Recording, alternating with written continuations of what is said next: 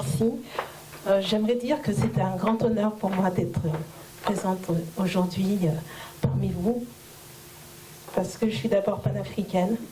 Je ne suis pas d'origine congolaise. Je suis donc panafricaine, comme je l'ai dit, avec des origines sénégalaises, parce que mes parents sont tous deux nés au Sénégal. Et moi, je suis née en France, j'ai grandi en France, j'ai fait mes études en France. Et pendant longtemps, je ne connaissais pas l'Afrique. J'ai connu l'Afrique, j'avais 13 ans.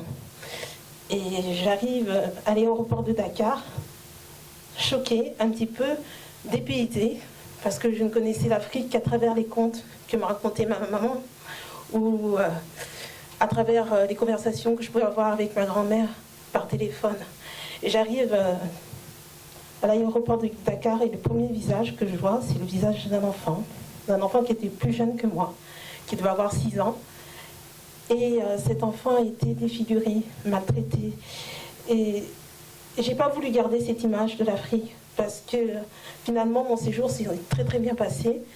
Et c'est vrai qu'il y avait cette pauvreté, cette détresse, mais il y avait également toute cette joie qu'on ne connaît pas en France, toute cette culture qu'on ne connaît pas en France, toutes ces valeurs d'unité familiale qu'on ne connaît pas en France.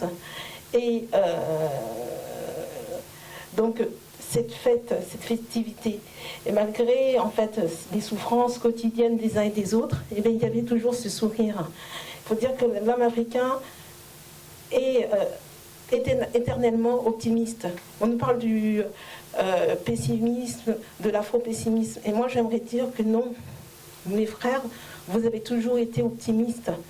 Nous, Africains, parce qu'aujourd'hui je sais que je suis africaine, je pense que je l'ai toujours su, hein, même depuis ma naissance, ou en tout cas à l'âge de 7 ans, puisque c'est l'âge de raison.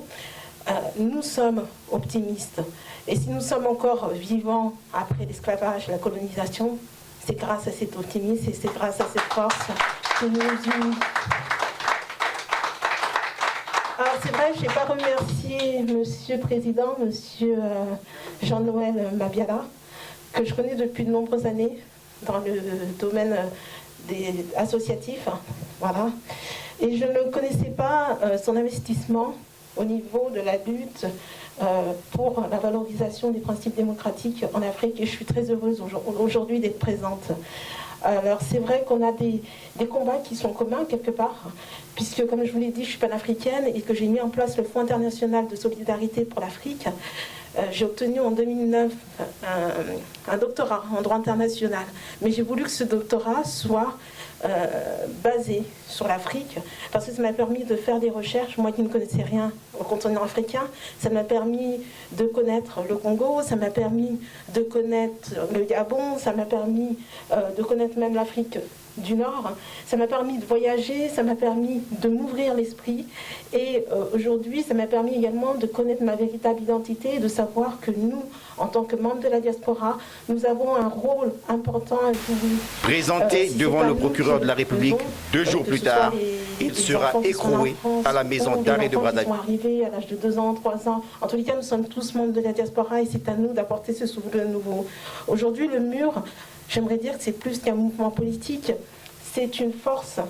Et ça doit être une force qui doit regrouper, bien sûr, toute la communauté congolaise, parce que ce combat, il est d'abord le vôtre, hein, en tant que nationaux congolais, mais également celui de toute l'Afrique. Parce que ce qu'on vit aujourd'hui au Congo, on va le vivre au Gabon, on le vit actuellement d'ailleurs au Gabon, en Côte d'Ivoire, et peut-être qu'on le vivra peut-être un jour au Sénégal, on n'en sait rien. Le futur nous appartient, mais ce qu'on veut aujourd'hui, c'est démontrer que nous, les Africains, nous avons pris les choses en main et qu'on n'attend plus que les Européens viennent nous dire voici les principes démocratiques, c'est à nous de former notre propre démocratie, de choisir nos propres dirigeants, et ce n'est plus aux Européens de nous imposer qui que ce soit à la tête de nos pays.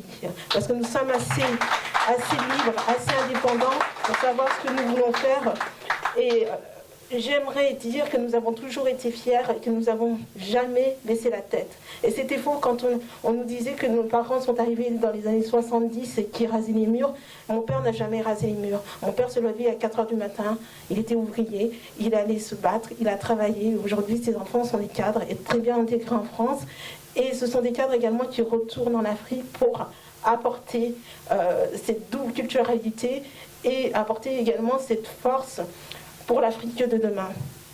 J'aimerais en tous les cas finir par une note d'espoir, hein, même plus qu'une note d'espoir, par un renouveau, parce que je sais que même s'il faut attendre 25 ans ou 30 ans, et ben, un jour, ce sera les Européens qui viendront en Afrique et l'Afrique sera l'Eldorado qu'est aujourd'hui l'Europe.